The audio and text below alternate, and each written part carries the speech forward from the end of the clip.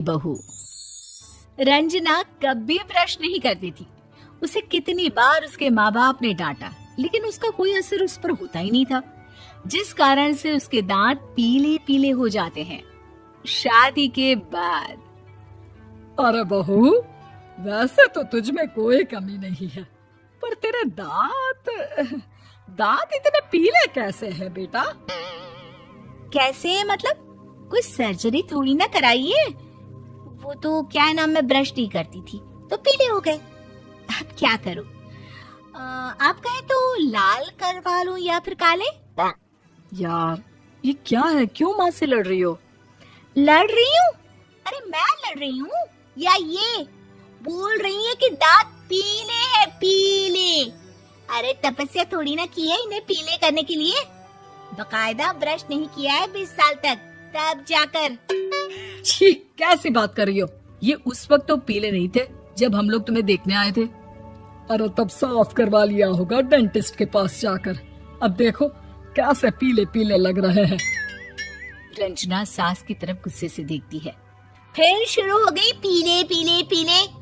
अरे पीले तो तब भी थे जब मेरे हाथ का रसगुल्ला उड़ा उड़ा कर खा रही थी और बोल रही थी, लड़की नहीं गुणों का खजाना दे रहे भाई साहब आप। खैर, अब वो लोग करते भी तो क्या करते, पीले दांत वाली बहू पल्ले पड़ी थी तो झेलना तो था ही। एक दिन कीर्तन में रंजना गाना गा रही थी।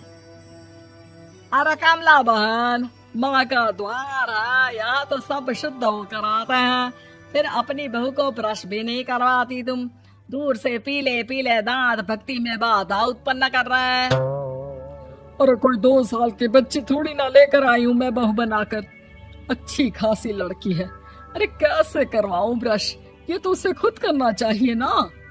अब माँ बाप तो इसके जैसे तैसे निपटा दिए, ये नहीं सोचा कि सास कैसे संभालेगी।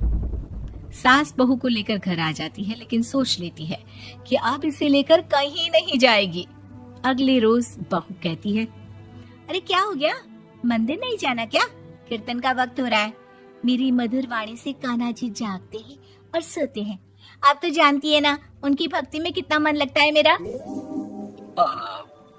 वो क्या है ना, तबीयत ठीक नहीं लग रही है मेरी, आराम करूंगी मैं।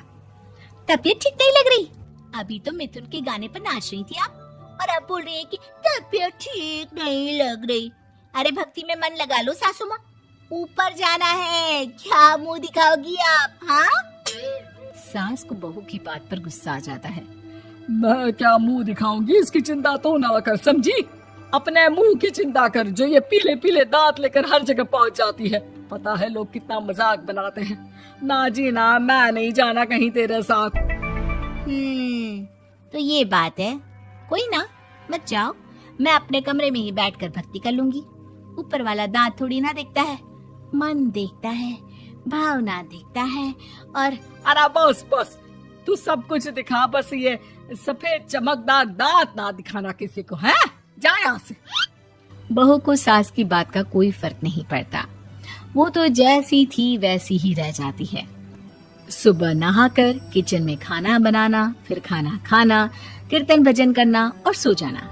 एक दिन, माँ जी मैं सहेली के घर जा रही हूँ, शाम को लेट आऊंगी। हाँ हाँ तो जाना, मैंने कौन सा तेरी आरती करनी है घर पर बैठकर। रंजना सहेली के घर जाती है, जहाँ वो पार्टी में जाने की तैयारी कर रही होती है।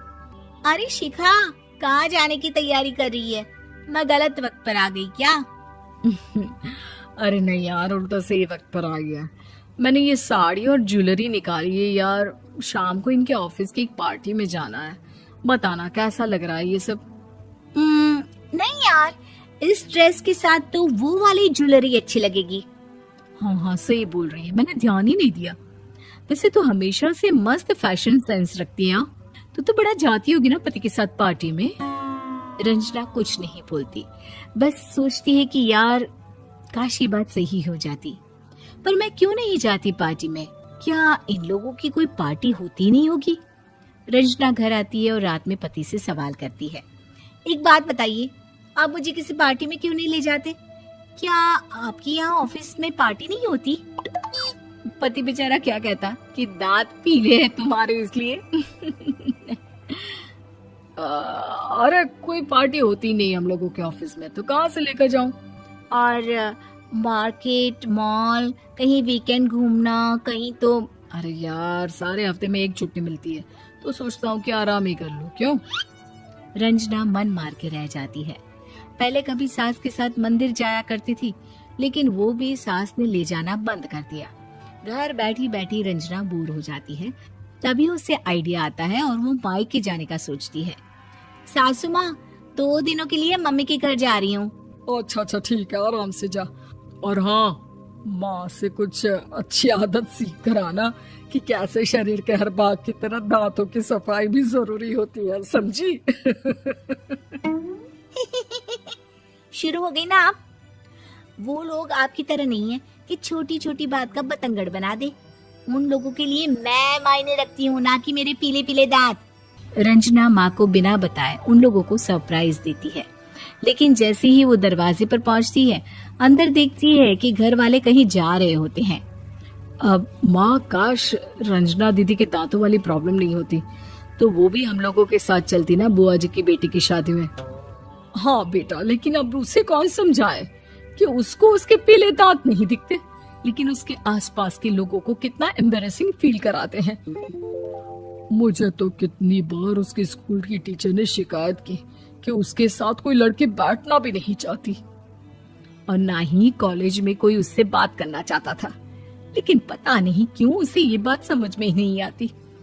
कोई कमी नहीं है उस लड़की में, बस यही कि दांत पीले हैं।